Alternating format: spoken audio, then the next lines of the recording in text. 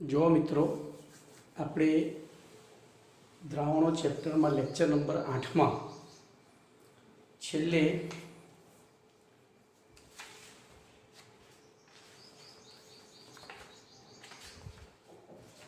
એઝોટ્રોપ મિશ્રણ વિશે વાત કરી હતી, બરોબર। એના પછી 30મો પ્રશ્ન, 31મો, 32મો, 33મો, બરોબર, 34મો પ્રશ્ન આપણે ચલાવ્યો હતો છેલ્લે। અને એમાં બાષ્પ દબાણમાં થતો સાપેક્ષ ઘટાડો અને તેના સૂત્રની તારવણી અને સૂત્રની ઉપયોગિતા ભણ્યા હતા, બરોબર। હવે એમાં બે દાખલા છે, N15 અને N16। એ દાખલા તમે જાતે જ કરવાના છે। હું બધા જ દાખલા ફરીથી એવું લાગશે તો કરાવીશ, એનું બહુ જ, પણ પહેલાં તમે પ્રયત્ન, કારણ કે દાખલો એક એવી વસ્તુ છે કે જે તમે થિયરી ઉપરથી ગમે તે દાખલો પૂછાઈ શકે। એટલે હું શીખવાડીશ તો તમને નહીં આવડે, જે જીનીટમાં પૂછાવાના છે, એટલે આપણે પ્રેક્ટિસ કરવાની છે। નહીં આવડે તો હું શીખવાડીશ, પણ પહેલાં દાખલા તો જાતે જ ગણવાના છે। આ ફિઝિક્સ નથી, આ કેમેસ્ટ્રી છે। હવે પ્રવાહીના બાષ્પ દબાણ ઉપર તાપમાનની અસર સમજાવી ઉત્કલન બિંદુની વ્યાખ્યા આપો, આવો એક પ્રશ્ન છે। પ્રવાહીના બાષ્પ દબાણ ઉપર, તો પહેલું તો પ્રવાહીના બાષ્પ દબાણ ઉપર તાપમાનની શું અસર થાય આપણને ખબર છે, આપણે બધું ભણી ગયા છીએ। બોલો, હું બે પાત્રમાં પાણી લઉં, બરોબર, બંનેમાં 1 લીટર પાણી છે। આનું તાપમાન 40°C છે, આમાં પણ 1 લીટર પાણી છે, આનું તાપમાન 50°C છે। ચલો ત્રીજું એક લઈ લઉં, આકૃતિ દોરવી છે, ક્યાં ખર્ચો કરવો છે, તો 1 લીટર પાણી અને આનું 60°C તાપમાન લો। બોલો, આ ત્રણેયમાંથી A, B અને C કોનું બાષ્પ દબાણ વધારે હશે? તો આપણને ખબર છે કે બાષ્પ દબાણ એ તાપમાનના સમપ્રમાણમાં હોય છે। એટલે આનું બાષ્પ દબાણ દાખલા તરીકે આપણે ધારો કે 0.5 વાતાવરણ હોય તો આનું 0.6 એટલે કે 0.5 થી વધારે, અને આનું 0.7 એટલે કે 0.6 થી વધારે હશે। ટૂંકમાં તાપમાન વધે એમ બાષ્પ દબાણ શું થાય છે? વધે છે, બરોબર। હવે અહીંથી આપણે વિચારીએ તો આ ત્રણેય પાણી, હવે ચોથું એક ઉદાહરણ અહીંયા લઈ લઉં છું, એમાં પણ 1 લીટર પાણી છે ને એને મેં 100°C તાપમાને ગરમ કર્યું છે। તો બોલા બધા કરતા વધારે હશે, અને એ વખતે એ બાષ્પ દબાણ કેટલું હશે? તો 1 bar અથવા તો 1 વાતાવરણ। 1 વાતાવરણ 1 બારમાં બહુ ડિફરન્ટ નથી, 0.013 નો ડિફરન્ટ છે, એટલે આપણે એક સરખું લખી શકીએ 0.013 નો, બરોબર। 1 વાતાવરણ એટલે 1.013 બાર થાય। હવે જોજો અહીંથી એક MCQ મળે છે, બાર અને વાતાવરણ આ બેમાંથી કયો એકમ મોટો છે? બાર અને વાતાવરણમાંથી કયો એકમ મોટો છે? તો વાતાવરણ। કેમ? ધ્યાન રાખજો, 1 kg બરાબર 1000 ગ્રામ, એટલે જેનું મૂલ્ય મોટું ને એ એકમ નાનો કહેવાય। એમ અહીંયા 1 વાતાવરણ બરાબર 1.013 બાર, 1.013 બાર, એટલે આના કરતા મૂલ્ય મોટું થયું, એનો મતલબ કે આ એકમ નાનો થયો। બોલો, ક્લિયર? તો એક આવો MCQ મળી જાય છે। હવે આગળ જઈએ તો ગઈકાલે ઓલરેડી ચર્ચા થઈ જ ગઈ છે કે જ્યારે કોઈ પણ પ્રવાહીને આપણે ગરમ કરતા જઈએ તો શું થાય? એનું બાષ્પ દબાણ વધતું જાય। ઉપરનું વાતાવરણ કઈ રીતે વર્તે છે? તો ઉપરનું વાતાવરણ એક ઢાંકણ તરીકે વર્તે છે। પાત્રની ઉપર, ખુલ્લી સપાટી ઉપર આવેલું વાતાવરણ એક ઢાંકણ તરીકે વર્તે છે, અને એનું દબાણ આ બાષ્પને બહાર જતી શું કરે છે? રોકે છે, બહાર જવા દેતું નથી। પણ જ્યારે આપણે એને ગરમ કરતા એવા તાપમાને પહોંચીશું કે જ્યારે વાતાવરણનું દબાણ અને બાષ્પનું દબાણ સમાન થશે, ત્યારે શું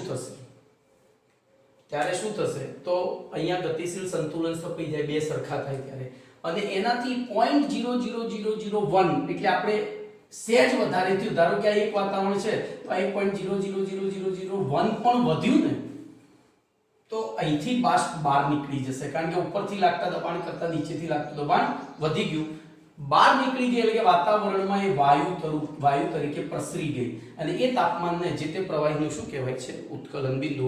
તો આથી ઉત્કલન બિંદુની વ્યાખ્યા આ રીતે અપાય: જે તાપમાને પ્રવાહી પદાર્થ કે પ્રવાહી દ્રાવણનું બાષ્પ દબાણ 1 વાતાવરણ અથવા તો 1 બાર થાય ત્યારે તે તાપમાનને જે તે પ્રવાહી કે દ્રાવણનું પ્રવાહી પદાર્થ કે પ્રવાહી દ્રાવણનું શું કહે છે? બાષ્પ દબાણ કહે છે, ઉત્કલન બિંદુ કહે છે.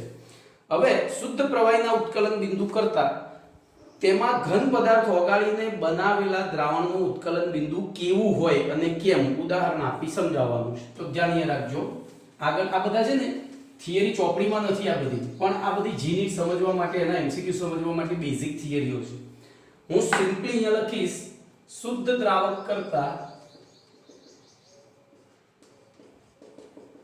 તેમાં ઘન પદાર્થ ઓગાળીને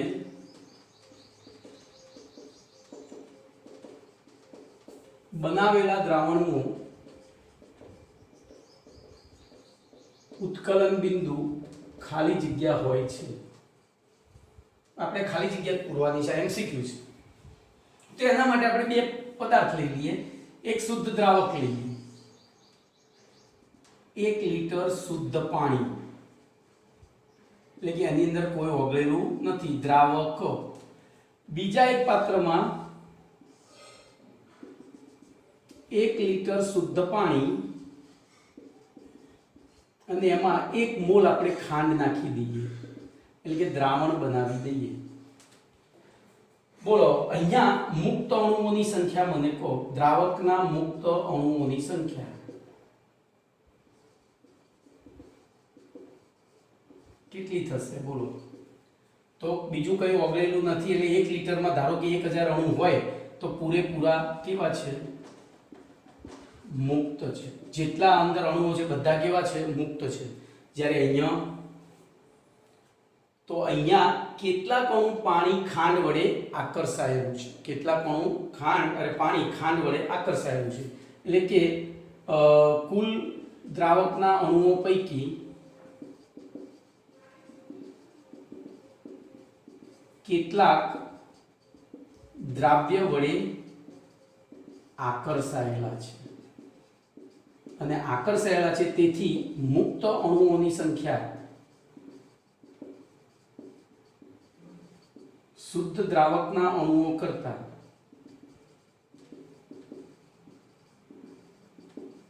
કેવી હોય છે? ઓછી હોય છે.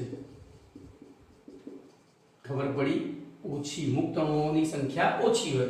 ઓછી હોય તો બાષ્પીભવન, અહીંયા બોલો બાષ્પ સ્વરૂપ અણુઓની સંખ્યા તો વધુ. અહીંયા બાષ્પ અણુઓની સંખ્યા, અહીંયા બાષ્પરૂપ અણુઓની સંખ્યા તો ઓછી.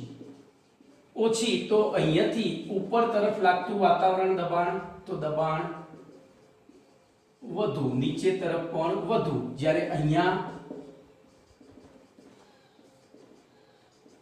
તો અહીંયાથી લાગતું દબાણ ઓછું, અને જેટલું ઉપર લાગતું હશે એટલું જ નીચે, તો એ પણ ઓછું. બોલો હવે આપણે આ બંનેને અત્યારે ધારો કે શરૂઆતમાં બંનેનું તાપમાન 40°C હતું. બંનેને ગરમ કરવાની શરૂઆત કરીએ. ગરમ કરતા કરતા કરતા કરતા આગળ વધતા જઈએ એટલે 100 ડિગ્રી આપણને ખબર છે 100°C તાપમાને શું થશે? તો શુદ્ધ પાણીનું બાષ્પ દબાણ 1 વાતાવરણ થઈ જશે, અને એ વખતે આ પાણી ઉકળવા લાગશે. જોજો, પણ 100°C તાપમાને અહીંયા શું થયું હતું? પૂરેપૂરા અણુઓ મુક્ત હતા એટલે 1 વાતાવરણ થયું. અહીંયા આપણે જ્યારે 100°C તાપમાને આવીશું ત્યારે શું થશે? તો અહીંયા જેટલા મુક્ત અણુઓ હતા એના કરતા ઓછા છે. ઓછા છે એટલે શું થશે? તો બાષ્પ દબાણ 1 વાતાવરણ નહીં થયું હોય, અને એક વાતાવરણ નહીં થયું હોય તો એવી પરિસ્થિતિમાં આપણે એને 1 વાતાવરણ કરવા માટે આ 100 ડિગ્રીએ ઉકળ્યું હતું, આને 100°C થી ઊંચા તાપમાને ગરમ કરવું પડે. એટલે શું થાય કે ફરીથી પાછા થોડા અણુઓનું બાષ્પીભવન થઈ આ દ્રાવણનું બાષ્પ દબાણ 1 વાતાવરણ થાય ત્યારે તે ઉકળે. આમ કોઈ પણ શુદ્ધ દ્રાવક કરતા તેમાંથી બનાવેલા, એટલે કે એમાં ઘન પદાર્થ ઓગાળીને બનાવેલા દ્રાવણનું ઉત્કલન બિંદુ હંમેશા ઊંચું હોય છે. હંમેશા ઊંચું હોય છે. બોલો અહીંયા ઘનની જગ્યાએ પ્રવાહી પદાર્થ લખ્યો હોય તો ઊંચું કે નીચું બે હોઈ શકે. કેમ ભાઈ? તો એ જી ઘન પદાર્થ ઓગળ્યો હોય તો જ ઊંચું હોય. પેલામાં ઊંચું કે નીચું તો આપણે ભણી ગયા. મહત્તમ દ્રાવ્ય એઝિયોટ્રોપ ને ન્યૂનતમ દ્રાવ્ય, મહત્તમ ઉત્કલન બિંદુ એઝિયોટ્રોપ ને ન્યૂનતમ ઉત્કલન બિંદુ એઝિયોટ્રોપ. એ ઊંચું પણ હોઈ શકે, નીચું પણ હોઈ શકે. ખ્યાલ આવ્યો? ખાલી આ વસ્તુ ઘન પદાર્થને જ્યારે જ્યારે આ પ્રશ્ન પૂછાયો છે ને તો અહીંયા પ્રવાહી લખી નાખે છે ને તોય પેલા લખી નાખે હંમેશા ઊંચું હોય. તો પ્રવાહી હોય ત્યારે હંમેશા ઊંચું ના હોય, એમાં ઊંચું પણ હોઈ શકે, નીચું પણ, અને એનો આધાર સંઘટન ઉપર છે. તમે કેટલું સંઘટન લીધું છે એટલે કે એઝિયોટ્રોપ કેટલું બનાવ્યું છે એની ઉપર ડિપેન્ડેડ છે. ચલો હવે ઉત્કલન બિંદુ ઉન્નયનની વ્યાખ્યા આપી સમજાવો કે તે સંખ્યાત્મક ગુણધર્મ છે. આગળનો પ્રશ્ન છે ઉત્કલન બિંદુ ઉન્નયન. ધ્યાન રાખજો, આના થિયરીમાં આગળ જવાનું છે.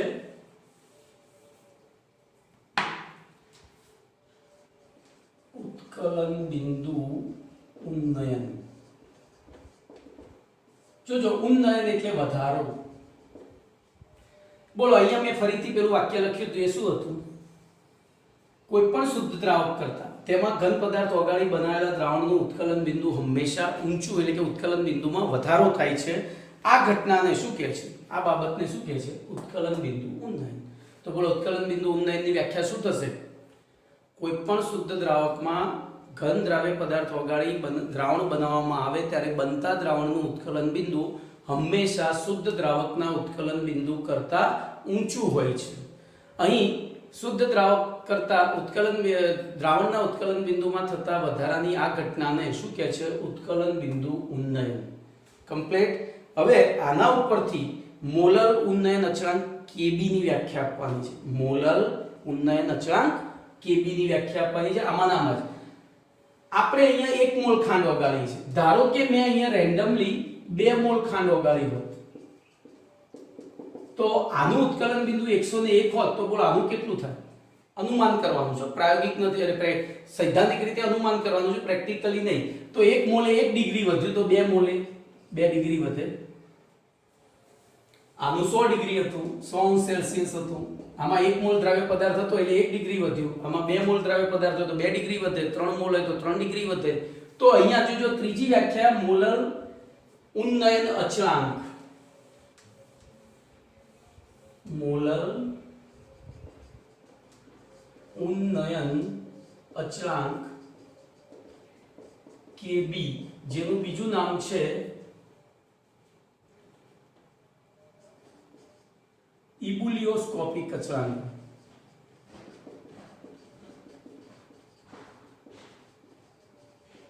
જી નીટમાં એ મોલર ઉન્નયન અચળાંક તરીકે નથી પૂછતા, ઇબુલિયો તરીકે પૂછે છે. ઇબુલિયોસ્કોપિક અચળાંક નું મૂલ્ય આપી દીધું હોય તો એ વખતે આપણને ખબર પડી જોઈએ, ચોપડીમાં શબ્દ છે જ નહીં. હવે જોઈશું તો Kb ની વ્યાખ્યા મોલર ઉન્નયન એમાં જ આવી ગયું. બોલો, ઉત્કલન બિંદુ ઉન્નયનની વ્યાખ્યા શું હતી? તો કોઈ પણ શુદ્ધ દ્રાવકના ઉત્કલન બિંદુ કરતા તેમાં ઘન પદાર્થ ઓગાળીને બનાવેલા દ્રાવણના ઉત્કલન બિંદુમાં થતા વધારાને શું કહેવાય? મોલર ઉન્નયન, ઉત્કલન બિંદુ ઉન્નયન કહેવાય. હવે મોલર આવે ને ત્યારે 1 મોલ ઘન પદાર્થ ઓગાળીને બનાવેલા 1 મોલર દ્રાવણના, તો વ્યાખ્યા આ રીતે થશે: કોઈ પણ શુદ્ધ દ્રાવકના ઉત્કલન બિંદુ કરતા તે શુદ્ધ દ્રાવકમાં 1 મોલ ઘન પદાર્થ ઓગાળી બનાવેલા 1 મોલર તે દ્રાવકમાં 1 મોલ દ્રાવ્ય પદાર્થ ઓગાળી બનાવેલા 1 મોલર દ્રાવણના ઉત્કલન બિંદુમાં થતા વધારાને મોલર ઉન્નયન અચળાંક Kb અથવા તો ઇબુલિયોસ્કોપિક અચળાંક Kb કહે છે. બરોબર. ચલો, એની વ્યાખ્યા પૂરી થઈ ગઈ. હવે આપણે એનું સૂત્ર તારવવાનું છે. તો સૂત્ર આ જ આકૃતિમાં તારવી દેવાશે. આ એક થિયરી એવી છે કે બધું આના પછીની થિયરી તમને એમ જ લાગશે કે સાહેબ રિપીટેશન કરાવે છે. એમાં મોલર ઉન્નયન અચળાંક આવે છે, એમાં ઠાર બિંદુ આવશે. તો જોઈએ, આપણે આનું સૂત્ર તારવીએ. બોલો, મેં હાલ જે છેલ્લી ચર્ચા કરી કેટલાને યાદ છે? હું હવે આકૃતિ નહીં દોરું, 3 ઓપ્શન આપીશ. ઓપ્શન 1 શુદ્ધ પાણીનું ઉત્કલન બિંદુ, આપણે આકૃતિઓ દોરી હતી. બી, શુદ્ધ પાણીમાં બનાવેલું 1 મોલર ખાંડનું દ્રાવણ, ખાંડના દ્રાવણનું ઉત્કલન બિંદુ. પછી સી, શુદ્ધ પાણીમાં બનાવેલું 2 મોલર ખાંડના દ્રાવણનું ઉત્કલન બિંદુ. બોલો, અહીંયા આપણે હવે એના જવાબ લખીએ. હમણાં આકૃતિ ઉપર મેં અહીંયા લખ્યું હતું, 3 આકૃતિ ઉપર. જો આ 100 સેલ્સિયસ છે જ, એ તો આપણને ખબર છે કે શુદ્ધ પાણીનું ઉત્કલન બિંદુ 100 સેલ્સિયસ હોય જો આ 1 મોલલે 101 ડિગ્રી અંશ સેલ્સિયસ હોય તો આ કેટલું થાય 102 અંશ સેલ્સિયસ થાય એવી રીતે જો અહીંયા 3 મોલલ લઉં તો 103 અંશ સેલ્સિયસ થાય અને 7 મોલલ લઉં તો 107 અંશ સેલ્સિયસ થાય છે પ્રાયોગિક રીતે હવે કેમ થાય છે વિચારીએ બોલો કેમ થાય તો જો આની અંદર બધા હવે આપણે ધ્યાન રાખજો હું અણુઓની સંદર્ભમાં લઉં તો મુક્ત અણુઓની સંખ્યા બોલો શુદ્ધ પાણીમાં હજાર અણુ કેવા હતા મુક્ત આમાં 1 મોલ એટલે આપણે 100 અણુ ગણી ચાલીશું આમાં કેટલા મુક્ત થયા 900 આમાં કેટલા થયા 800 એના પછી 3 એટલે 700 અને પછી 7 એટલે 300 જ તો જેમ દ્રાવ્ય પદાર્થનો જથ્થો વધતો ગયો એમ દ્રાવણમાં મુક્ત અણુઓની સંખ્યા શું થાય છે ઘટતી જાય છે મુક્ત અણુઓની સંખ્યા ઘટતી જાય છે એટલે કે બાષ્પીભવન પામતા અણુઓની સંખ્યા ઘટતી જાય છે કારણ કે બાષ્પીભવન હંમેશા મુક્ત અણુનું થાય જે અણુ ક્યાંય આકર્ષાયેલો હોય એ બાષ્પમાં રૂપાંતરિત થશે નહીં તો એવી રીતે અહીંયા મુક્ત અણુઓની સંખ્યા ઘટતી ગઈ એટલે બાષ્પ દબાણ ઘટતું ગયું તો એવા દ્રાવણને ઉકાળવા માટે હવે આપણને ખબર છે દ્રાવણ ઉકળે ક્યારે તો જ્યારે એનું બાષ્પ દબાણ 1 bar થાય ત્યારે તો આનું બાષ્પ દબાણ આ બધાની ઉદાહરણ જો આના કરતા આનું ઓછું એના કરતા ઓછું તો આ 100 ડિગ્રીએ જો ઉકળવા લાગે તો એને 100 ડિગ્રી કરતા વધારે એટલે કે 101 ઉકાળવું પડે મુક્ત અણુઓની સંખ્યા 900 છે એવી રીતે 800 થાય તો વધુ ઊંચું તાપમાન લઈ જવું પડશે એમ કોઈ પણ શુદ્ધ દ્રાવક કરતા એમાંથી દ્રાવણ બનાવીએ ત્યારે ઉત્કલન બિંદુ વધે છે અને ઉત્કલન બિંદુ કેટલું વધે છે એ અંદર ઓગળેલા દ્રાવ્ય પદાર્થના કણોની સંખ્યા ઉપર આધારિત છે ગઈકાલે વ્યાખ્યા શીખી ગયા હતા સંખ્યાત્મક ગુણધર્મ છે બોલો આના ઉપરથી આપણે એક વાક્ય લખી શકીએ ઉત્કલન બિંદુ ઉન્નયન જે આપણે આગળ ભણ્યા હતા ઉત્કલન બિંદુમાં થતો વધારો તો એને કહેવાય ડેલ્ટા ટીબી ચલે છે બોલો શું કહી શકાય મોલાલિટી લખાય ચલે છે શું લખાય મોલાલિટી લખાય કે નહીં કારણ કે જેમ મોલાલિટી વધતી જાય છે એમ ઉત્કલન બિંદુ શું થતું જાય એનો ફેરફાર ઉત્કલન બિંદુમાં થતો વધારો ધારો કે અહીંયા 0 મોલલ દ્રાવણ હતું તો 0 જ તફાવત હતો જેટલું દ્રાવકનું ઉત્કલન બિંદુ હતું એટલું જ દ્રાવણનું પણ એમાંથી પછી 1 મોલલ બનાવ્યું તો તફાવત કેટલો આવ્યો 1 નો 2 મોલલે 2 નો 3 મોલલે 3 નો અને 7 મોલલે 7 નો તો આપણે એક વિધાન લખી શકીએ કે પ્રવાહી દ્રાવકમાં ઘન દ્રાવ્ય ઓગાળી બનાવેલા દ્રાવણના ઉત્કલન બિંદુમાં થતો વધારો ઉત્કલન બિંદુ આ ટીબી એટલે ટેમ્પરેચર ઓફ બોઇલિંગ એટલે ઉકળવું ટેમ્પરેચર ઓફ બોઇલિંગ તો ડેલ્ટા ટીબી એટલે ઉત્કલન બિંદુમાં એટલે કે difference in temperature of boiling એટલે કે ઉત્કલન બિંદુમાં થતો ફેરફાર ચલે છે મોલાલિટી લખી શકાય બોલો તો અહીંયા આપણને એક નવી વ્યાખ્યા મળી ગઈ શું મળી મોલલ ઉન્નયન અચળાંકની આ જે મળ્યો તફાવત એટલે કે કોઈ પણ શુદ્ધ દ્રાવક કરતા તેમાંથી બનાવેલા 1 મોલલ ઘન પદાર્થ ઓગાળી બનાવેલા 1 મોલલ દ્રાવણના ઉત્કલન બિંદુમાં થતા વધારાને બોલો અહીંયા કેટલો વધારો થયો 1 ડિગ્રી આ એક ઉદાહરણ છે સાચું નથી તો એ વધારાને શું કહેવાય મોલલ ઉન્નયન અચળાંક કેબી કમ્પ્લીટ ફરી એકવાર મોલલ ઉન્નયન અચળાંક એટલે શુદ્ધ દ્રાવક કરતા તેમાં ઘન પદાર્થ ઓગાળી બનાવેલા દ્રાવણના ઉત્કલન બિંદુમાં થતા વધારાને બરોબર મોલલ ઉન્નયન અચળાંક કેબી કહે છે હવે કેબી નું સૂત્ર તારવવાનું છે બોલો કેબી નું સૂત્ર હું તમને આના ઉપરથી તારવી દઉં આપણે પહેલા સિમ્પલ રીતે શીખી લઈએ પછી ચોપડીની રીતે જોઈએ તો ડેલ્ટા ટીબી બરાબર ચલે છે એમ થયું હું આને એટલે કે જેમ મોલાલિટી વધે એમ ઉત્કલન બિંદુ વધે છે સમજો આ જીનિટ માટે છે થિયરી તમને પૂછાશે તેના માટે જુદું લખવાનું છે તો ડેલ્ટા ટીબી બરાબર જ્યારે મૂકીએ ત્યારે હવે જોજો આપણે અહીંયા 1 મોલલ ધ્યાન રાખજો આ એક લઈ લો જો મોલાલિટી બરાબર 1 હોય હું અહીંયા એક અચળાંક મૂકું છું કેબી આપણે એને કે અચળાંક મૂકું છું ચલો કે એમ લખી શકું પણ જ્યારે m બરાબર 1 હોય ત્યારે બોલો ડેલ્ટા ટીબી ને શું કહેવાય તો હાલ વ્યાખ્યા આપી દીધી કેબી ડેલ્ટા ટીબી ને શું કહેવાય કેબી તો આ મૂલ્યો આમાં મૂકી દઉં તો બોલો શું થશે કેબી બરાબર કે થયો અને એ મૂલ્ય અહીંયા ફરીથી મૂકી દઉં તો આપણને સૂત્ર મળ્યું ડેલ્ટા ટીબી બરાબર કબમ શું મળ્યું એકદમ સહેલી રીતે તમને સૂત્ર આપી દીધું ચોપડીમાં આટલું આપ્યું જ નથી ચોપડીમાં બીજી રીતે એ કર્યું છે આ સહેલી રીત છે કેવી રીતે? તો આગળના પ્રશ્ન ઉપરથી જેમ સાંદ્રતા વધે છે એમ ઉત્કલન બિંદુ વધે છે. એનો મતલબ ઉત્કલન બિંદુમાં થતો વધારો એ સાંદ્રતાના સમપ્રમાણમાં છે. તેથી ડેલ્ટા ટીબી બરાબર km આપણે ચલનને સમતામાં ફેરવેલા અચળાંક મૂકવો પડે. હવે જો મોલારિટીનું મૂલ્ય 1 હોય ત્યારે ડેલ્ટા ટીબી બરાબર શું થાય? આ વ્યાખ્યા પ્રમાણે તો kb થાય. તો એ બે કિંમતો મૂકીએ તો kb બરાબર k થઈ ગયો. એ કિંમત આમાં મૂકીએ તો ડેલ્ટા ટીબી બરાબર કબમ થઈ ગયો. પણ m એટલે શું છે? તો મોલારિટી છે. જોજો. અને તેથી ડેલ્ટા ટીબી બરાબર kb ઇન્ટુ, હવે મોલારિટીનું સૂત્ર મૂકીએ તો 1000 into W2 upon mW2 into W1. તો આ kb નું ડેલ્ટા ટીબી નું સૂત્ર થયું. શેનું સૂત્ર થયું? ડેલ્ટા ટીબી નું. એમાં સૂત્રનો કરતા kb ને કરી દઈએ. સૂત્રનો કરતા kb ને કરી દઈએ તો હું અહીંયા ભૂસીને જઈશ આગળ. બોલો, kb ને સૂત્રનો કરતા કરું તો શું થાય? kb બરાબર delta TB into mW2 into W1 upon 1000 into W2. Complete. તો જોજો, હવે આ સૂત્ર જ્યારે પૂછાયું છે ત્યારે લોકો બહુ કન્ફ્યુઝ થાય છે, કારણ કે ઓકવર્ડ છે થોડું. ગોખેલા લોકો લખી શકે પણ ગોખવું નથી આપણે, તો એમાં કશું કરવાનું નહીં. આટલું યાદ રાખવાનું. અહીંથી જ સૂત્ર, આ સૂત્ર આપણને યાદ છે. ડેલ્ટા ટીબી બરાબર કબમ, ડેલ્ટા ટીબી બરાબર કબમ, આટલું જ લખવાનું, બીજું કંઈ લખવાનું જ નહીં. અને એની ઉપરથી કિંમત મૂકી સૂત્રનો કરતા kb ને કરી દેવાનું. ચલો, હવે આપણે kb નો એકમ તારવીશું.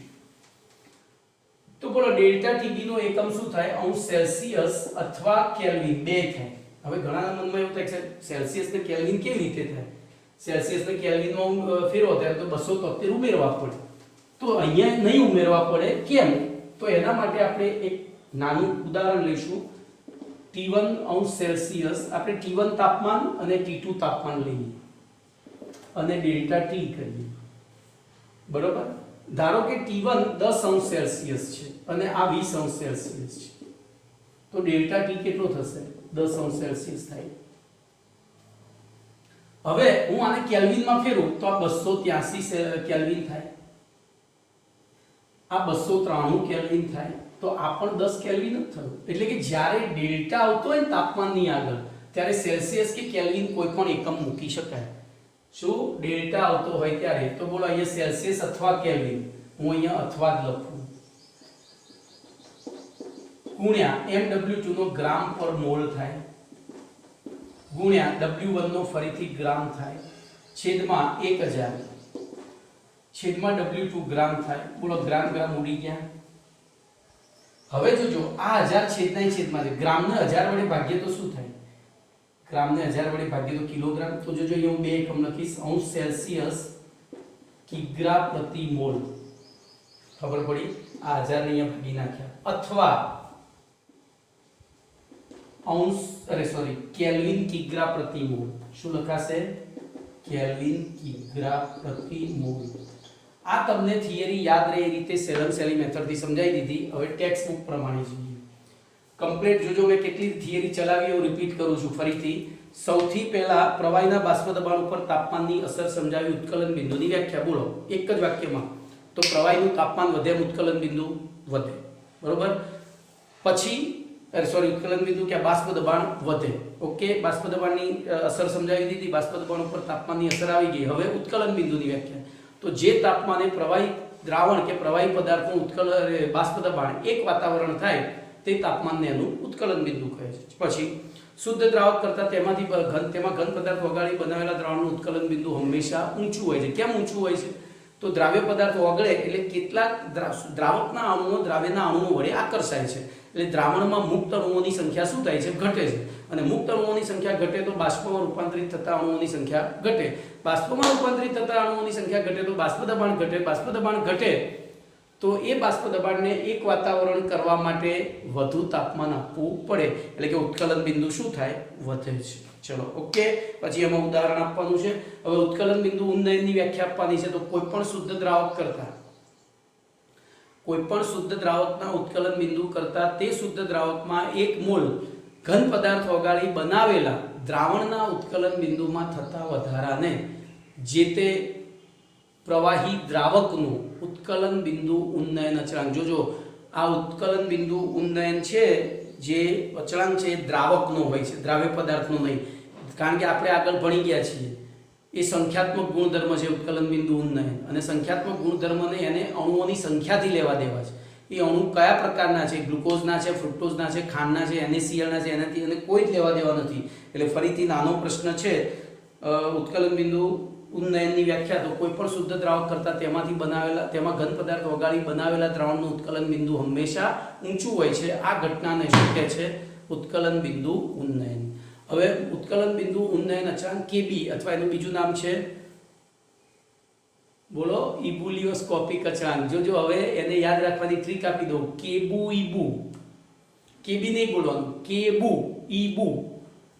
ઉત્કલન બિંદુ ઉન્નયન અચળાંક Kb અને ઇબુલિયોસ્કોપિક એટલે કે કેબુ ઈબુ. કેબી ની જગ્યાએ કેબુ બોલવાનું એટલે આપણને આવડી જાય કે ઇબુલિયોસ્કોપિક અચળાંક.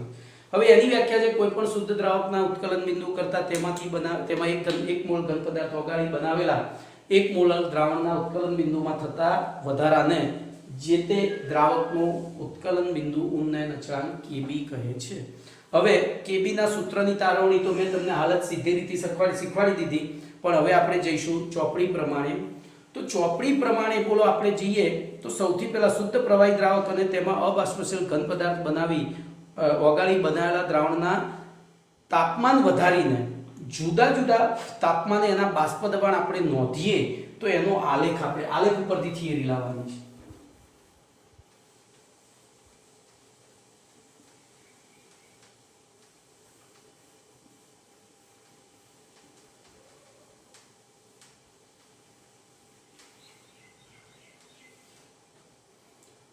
તો ફરી એકવાર આપણે ધ્યાન રાખજો, હું આલેખ અહીંયા તમારી પાસે જ દોરવીશ.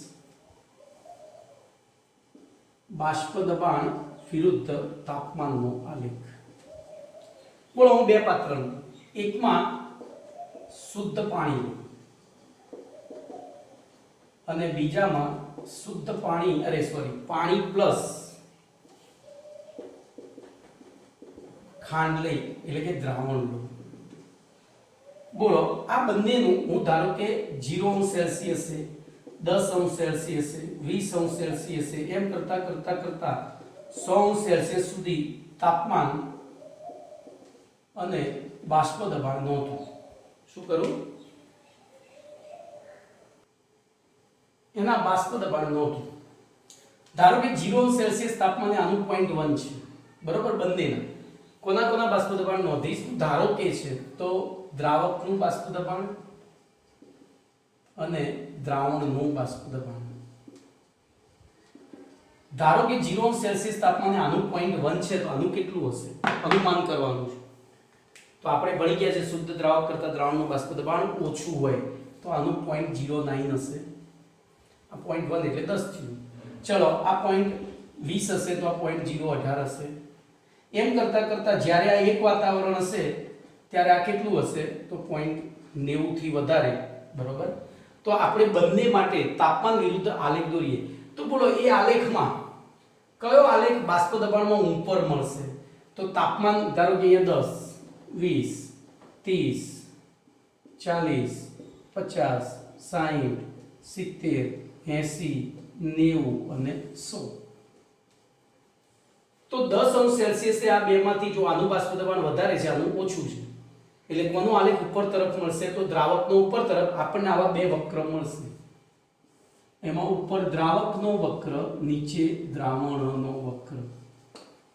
બોલો, આલેખમાં આટલી ખબર પડી શુદ્ધ દ્રાવક. અને હવે આપણને ખબર છે કે અહીંયા હું હવે છે ને આ થોડું આપણું બોર્ડ નાનું પડે છે એટલે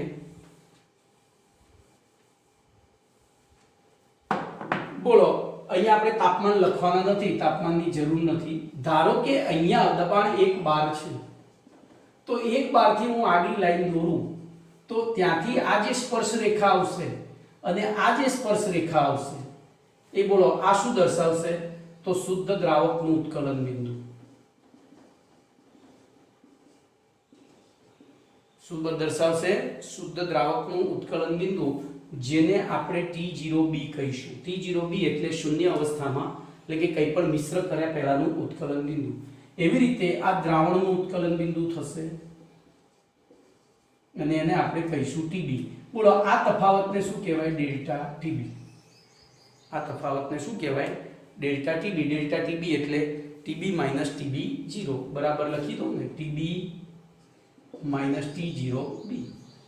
અને પછી આગળની થિયરી તમે ઓલરેડી ભણી ગયા છો. બોલો આ ડેલ્ટા ટીબી એટલે કે ઉત્કલન બિંદુ ઉન્નયન થયું. ઉત્કલન બિંદુ ઉન્નયન કેવો ગુણધર્મ છે? સંખ્યાત્મક ગુણધર્મ.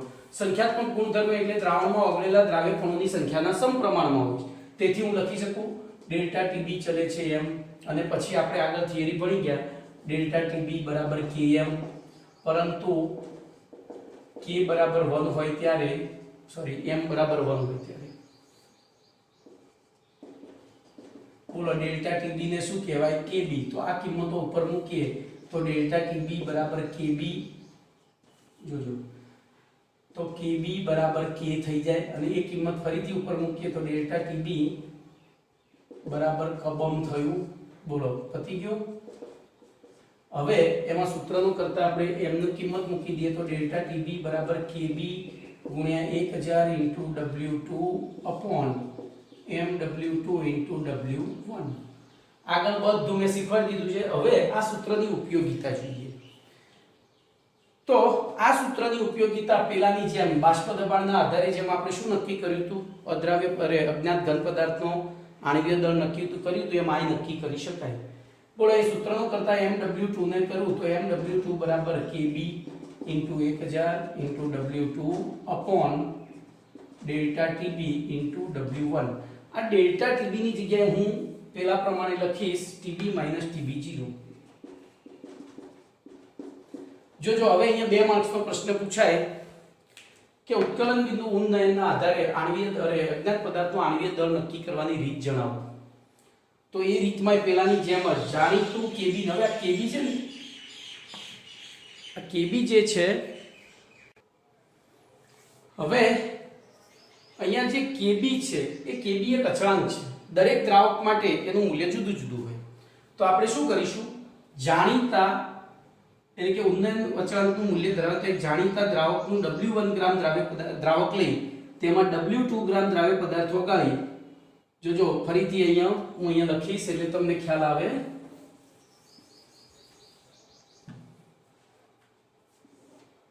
Kb નું મૂલ્ય જાણીતું હોય તેવું W1 ગ્રામ દ્રાવક લઈ તેનું ઉત્કલન બિંદુ T0b નોંધો. એટલે જો આ 3 વસ્તુ, આ 1 2 અને 3 આવી ગઈ, 3 આવી ગયું. હવે તેમાં W2 ગ્રામ અજ્ઞાત દ્રાવ્ય પદાર્થ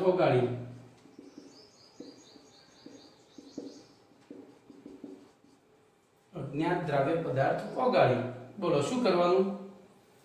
બનતા દ્રાવણનું દ્રાવ્ય પદાર્થના અજ્ઞાત દ્રાવ્ય પદાર્થનું W2 ગ્રામ લખી દીધું છે. W2 ગ્રામ અજ્ઞાત પદાર્થ ઓગાળી બનતા દ્રાવણનું ઉત્કલન બિંદુ TB નોંધો. એટલે બોલો TB મળી ગયો, W2 મળી ગયો, 1000 તો આપણે જાણીએ છીએ. અને આ કિંમતો આ સૂત્રમાં મૂકો એટલે આપણને બોલો અજ્ઞાત પદાર્થનું આણ્વીય દળ મળી જાય. ખરું કમ્પ્લીટ. તો આ થઈ તમારી ઉત્કલન બિંદુ ઉન્નયન અચળાંકના સૂત્રની તારવણી. અને તેના ઉપરથી ખાસ આ આલેખ સમજજો. આલેખ આપણને સીધો આપી દીધો છે. મેં તમને પ્રાયોગિક રીતે વિચારી અને પછી બનાવતા. હંમેશા બાષ્પ દબાણ વિરુદ્ધ તાપમાનના આલેખમાં દ્રાવણ કરતા દ્રાવકનો બાષ્પ આલેખ ઉપર જ મળે. કેમ? તો દ્રાવણ કરતા દ્રાવકનું બાષ્પ દબાણ વધારે હોય છે, અથવા દ્રાવક કરતા દ્રાવણનું બાષ્પ દબાણ વધારે હોય છે, અથવા તો દ્રાવણ કરતા દ્રાવકનું બાષ્પ દબાણ થોડું કન્ફ્યુઝન થાય એવું છે. શુદ્ધ દ્રાવક કરતા દ્રાવણનું બાષ્પ દબાણ ઓછું હોય અથવા દ્રાવણ કરતા શુદ્ધ દ્રાવકનું બાષ્પ દબાણ વધારે હોય. ચલો હવે 3 દાખલા છે 17, 18, 19. ભાઈ આ દાખલા બધાએ મને લખીને ગ્રુપમાં વોટ્સએપ કરવાના છે. આ દાખલા તમે રોજ જે લખો છો ને વોટ્સએપ કરો. સ્કેન કરીને WhatsApp કરો, હું જોઈશ હવે, કારણ કે મને એવું લાગે છે કે મોટાભાગના વિદ્યાર્થીઓ 2-4 જણાને બાદ કરતા મોટાભાગના વિદ્યાર્થીઓ કશું જ કરતા નથી.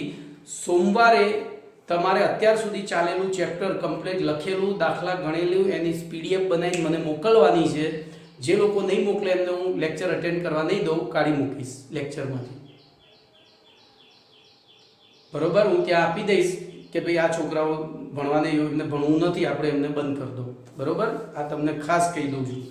સોમવારે બધું જ, રવિવારની આજે રજા છે, કાલે રજા છે, તો 2 દિવસ એટલે સોરી તમારે આજે તો હમણાં હું અપલોડ કરી દઈશ આ લેક્ચર, હમણાં જો નેટ મળે છે તો સોમવારે બધું જ મારે રેડી જોઈએ. આજના લેક્ચરનું નહીં હોય ચાલશે, એના આગળના લેક્ચર સુધી, લેક્ચર 7 સુધીનું બધું લખેલું જોઈએ. રોજે રોજ લખીને તમારે ફોટા પાડીને અપલોડ કરી દેવાના છે. બરોબર, ચલો અહીંયા ધ્યાન રાખો. એના પછી તો એ દાખલા છે. હવે ઠાર બિંદુની વ્યાખ્યા સમજાવવાની છે, જોજો. ચલો એક કામ કરો, હું પહેલા દાખલા પૂરા કરી દઉં, કારણ કે ઠાર બિંદુ કાલે આપણે રાખીશું. એનું કારણ એ કે ઠાર બિંદુ અને ઉત્કલન બિંદુ બે એક જ સરખા આર્ટિકલ છે, એટલે ફરીથી એકવાર પાછું રિવિઝન થઈ જાય, આપણું રિવિઝન થઈ જાય. એ હેતુથી આપણે કાલે આજે દાખલા ગણી નાખીએ. તો દાખલા નંબર 17, બોલો એક ખુલ્લા પાત્રમાં 1 વાતાવરણ દબાણી, તો P બરાબર 1 વાતાવરણ, 1 કિલોગ્રામ પાણીમાં W1 બરાબર 1 kg પાણી, 18 ગ્રામ ગ્લુકોઝ, W2 બરાબર 18 ગ્રામ ગ્લુકોઝ. આખું લખવાનું આ રીતે. બનાવેલા દ્રાવણનું ઉત્કલન બિંદુ તો TB શોધવાનું કીધું છે. દ્રાવણનું ઉત્કલન બિંદુ એટલે TB, શુદ્ધ દ્રાવકનું ઉત્કલન બિંદુ એટલે TB0. તો અહીંયા લખીશ દ્રાવણનું ઉત્કલન બિંદુ TB બરાબર કેટલા. જોજો હવે અહીંયા શું કરવું આપણે, તો આપણે પેલું સૂત્ર યાદ જ નથી રાખવું, આપણે અહીંથી જ શરૂ કરીએ. ડેલ્ટા TB બરાબર કબમ, ડેલ્ટા TB બરાબર કબમ. બરોબર, હવે કિંમતો મૂકતા જઈએ તો ડેલ્ટા TB બરાબર KB into 1000 into W2 upon, હવે અહીંયા જે આવે છે બરોબર 1000 ઇન્ટુ MW2 ઇન્ટુ W1 લખાય.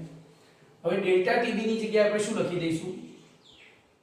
લખી દઈશું, બોલો, તો TB માઇનસ TB0 લખાય, અને પછી તો TB માઇનસ TB0 બરાબર KB into 1000 into W2 upon MW2 into W1. ચલો હવે જે શોધવું છે એને સૂત્રનો કરતા કરી દઈએ. તો TB ને સૂત્રનો કરતા કરીએ તો TB બરાબર, બોલો આ માઇનસ છે, એ પહેલી બાદ જશે તો પ્લસ થઈ જશે. તો T0B plus 1000 KB into 1000 into W2 upon MW2 into W1. બોલો દાખલો પૂરો. હવે અહીંયા શુદ્ધ પાણી છે, એટલે પાણીનું ઉત્કલન બિંદુ જો તમે બે રીતે લઈ શકો. 100°C લેશો તો જવાબ તમારો સેલ્સિયસમાં આવશે, અને અહીંયા અથવા કરીને હું લખું છું 273 કેલ્વિન લેશો, અને પછી આ વસ્તુ ઉમેરી સરવાળો કરશો તો કેલ્વિનમાં મળી જશે. બીજું કંઈ કરવાનું નથી. ચલો એના પછી બેન્ઝીનનું ઉત્કલન બિંદુ, બીજો દાખલો છે. ભાઈ આ દાખલો તમારે પૂરો કરવાનો, હું હિન્ટ આપીશ, દાખલા પૂરા નહીં ગણાવું.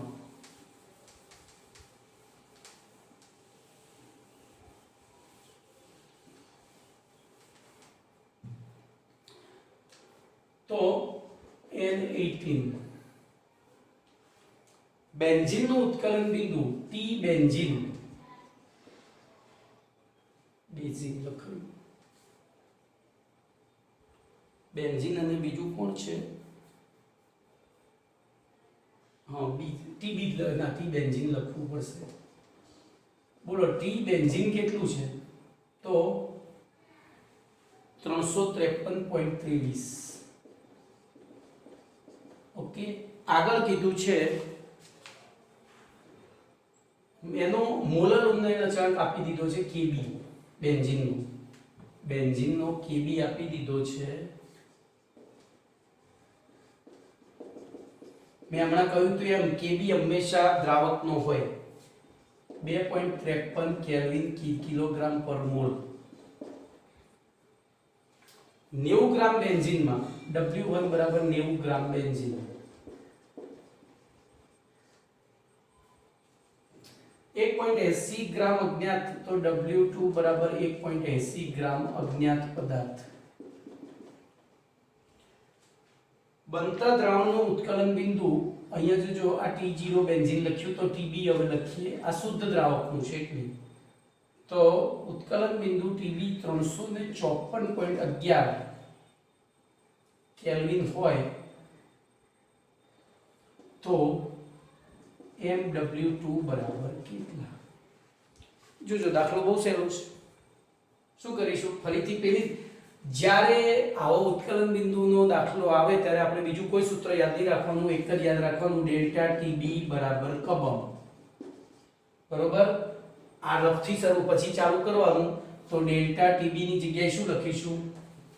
બોલો, TB માઈનસ T0B બરાબર KB into 1000 into W2 upon MW2 into W1. બસ. અને પછી જે શોધવાનું છે એને સૂત્રનું કરતા કરી દઈશું.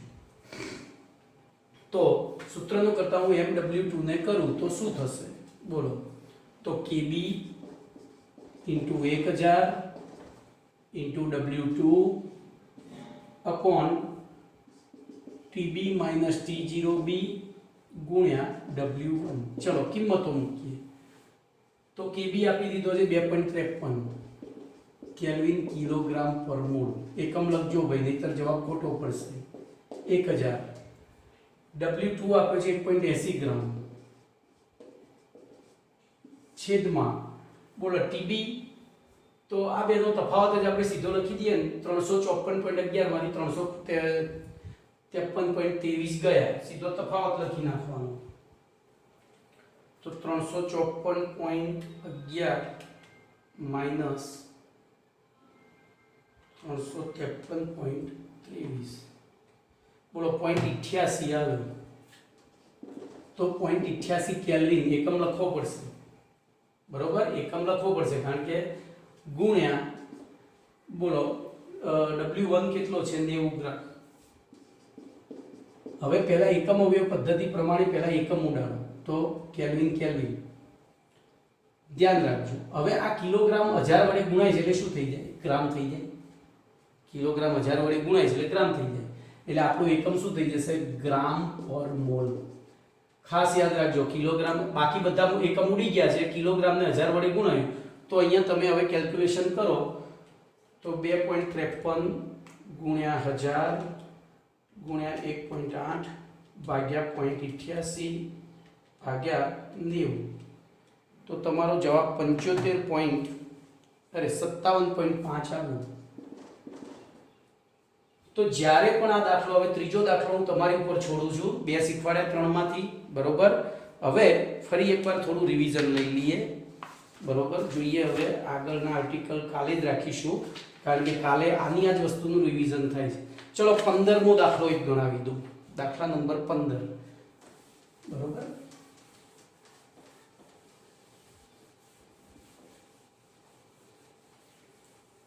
કાલે તમને એવું લાગશે કે આપણે એના થિયરી ભણી રહ્યા છે, ખાલી KB ની જગ્યાએ KF આવશે, ફ્રીઝિંગ પોઈન્ટ આવશે, ઠાર બિંદુ.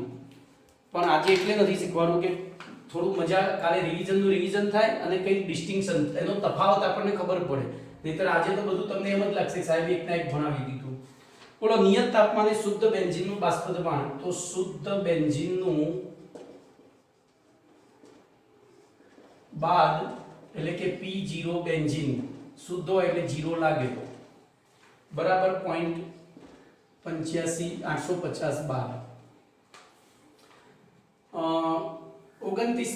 તો W1 બરાબર 39 ગ્રામ બેન્ઝીન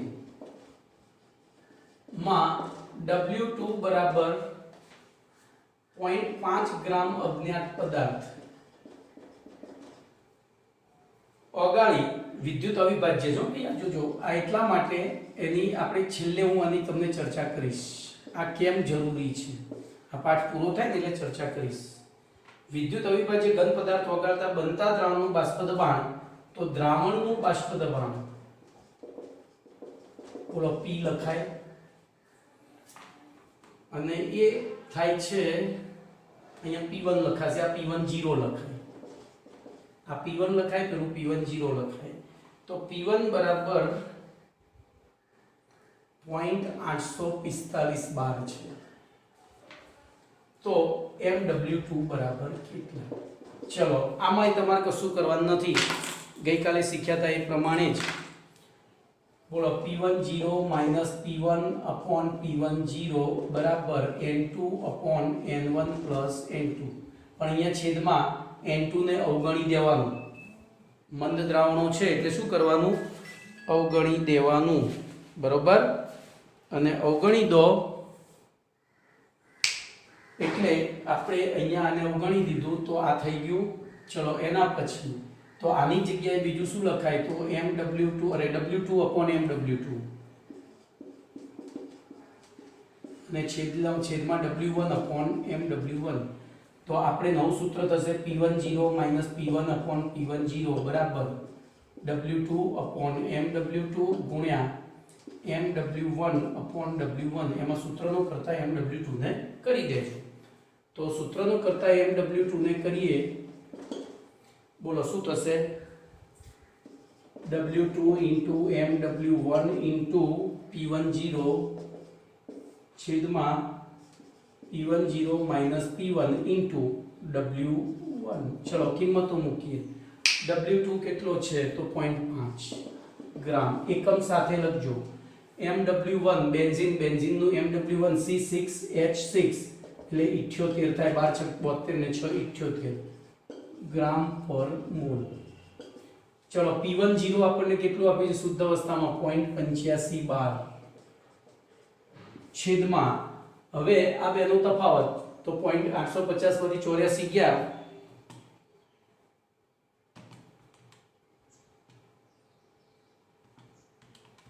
એટલે 0.005 થયું, તો એમાં પણ 12 ગુણ્યા W1 કેટલો છે? તો 39 ગ્રામ. જો ગ્રામ ગ્રામ 12 ગયા એટલે તમારું એકમ થશે ગ્રામ પર મોલ. આ ગ્રામ ઉડાડી દો, આને એમ રહેવા દો, એટલે ગ્રામ પર મોલ. ચલો ફાઇનલ તો 0.5 ગુણ્યા 78 ગુણ્યા 0.85 ભાગ્યા 0.005 ભાગ્યા 39 એટલે 170 ગ્રામ પર મોલ જવાબ આવે. બરોબર, અંદર આવી ગયો છે. એમાં પણ એક દાખલો તમારે ગણવાનો, એક મેં પહેલા જુઓ. બરોબર, તો અહીંયા આપણે આજે આપણું લેક્ચર નંબર 9 પૂરું કરીએ છીએ. ઓકે, કાલે મળીશું.